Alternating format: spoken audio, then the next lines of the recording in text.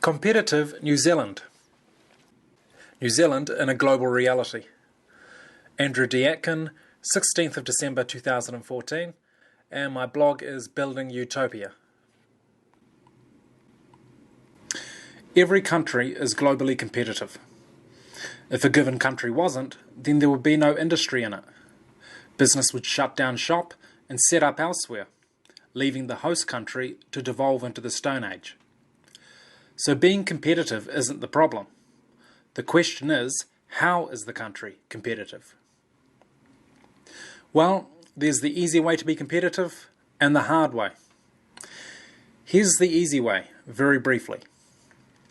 Provide stable government, no bloody revolutions, and no chaotic public policy swings. Solid education, education that's relevant and efficiently delivered.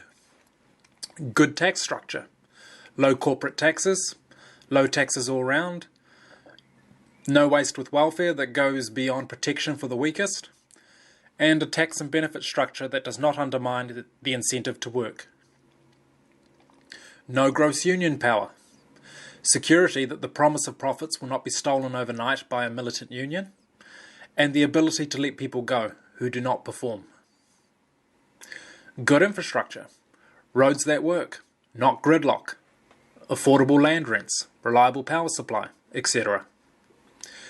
Good trade links. Exporters want to be able to export. Silly. Good culture. People you can do business with. Not people who believe in and do really weird, unpredictable, and destructive things. Good regulatory regime. Don't tell people they have to spend 10 years and big bucks bowing down to iwi in the Environment Court before they can build some benign little factory somewhere, etc. Good lifestyle and low-cost living. How is an employer going to get skilled workers in if we keep giving their staff really good reason to live somewhere else, like by making housing completely unaffordable? I could go on. Now that's the easy way to be competitive. And if you're not competitive the easy way, then it has to be the hard way. So what's the hard way? You guessed it, cheap labour. Our current Prime Minister, John Key, had it right perfectly when he said New Zealand is a low-wage economy. And indeed it is. Compared to the rest of the industrialised world, we work far too hard and for far too little.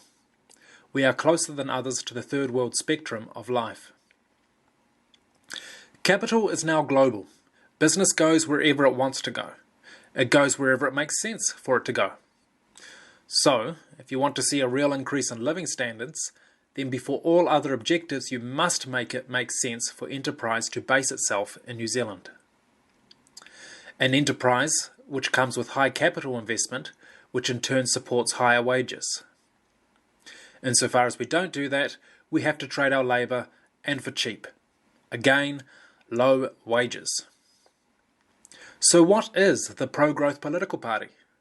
What is the political party that stands up for capital investment because they know that real economic progress is absolutely dependent on it?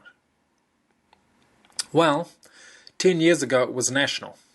The economist Don Brash made some brilliant speeches for New Zealand and he nearly won the election to become our Prime Minister. Nearly. He failed and then National's John Key got in instead, 3 years later.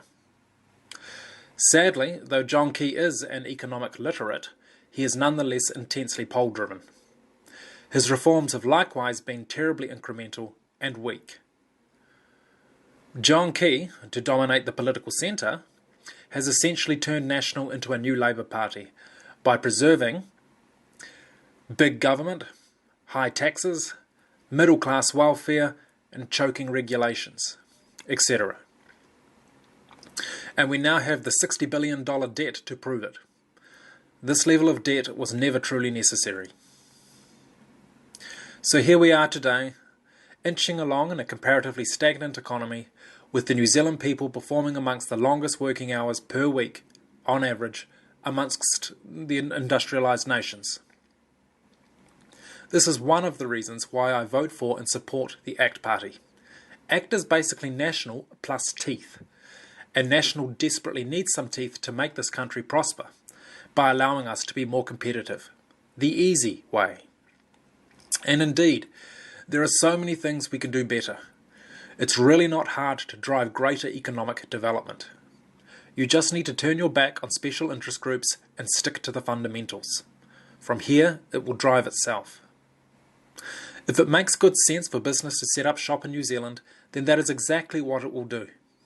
As I have already explained, if we don't want to be working too hard for our money, then we must make New Zealand make sense for business. And we can. It's easy. It's only the politics that's hard.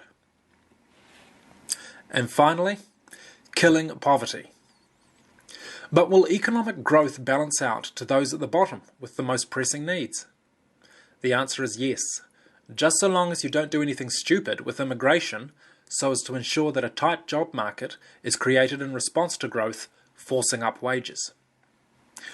When a rich economy must compete hard for labour, skilled and unskilled, they have no choice but to share the spoils. Wages get bidded up across the board. Now, some have suggested that it doesn't work this way. The rich just get richer, they say. Well, they must be blind. If capital investment did not benefit everyone across the board, then the poorest people in the industrialised world would be no better off than the poorest people in the non-industrialised world. The wealth gap, of course, could not be more striking. Again, it's just a matter of ensuring that economic investment translates into a tight job market via the responsible regulation of immigration. Thank you.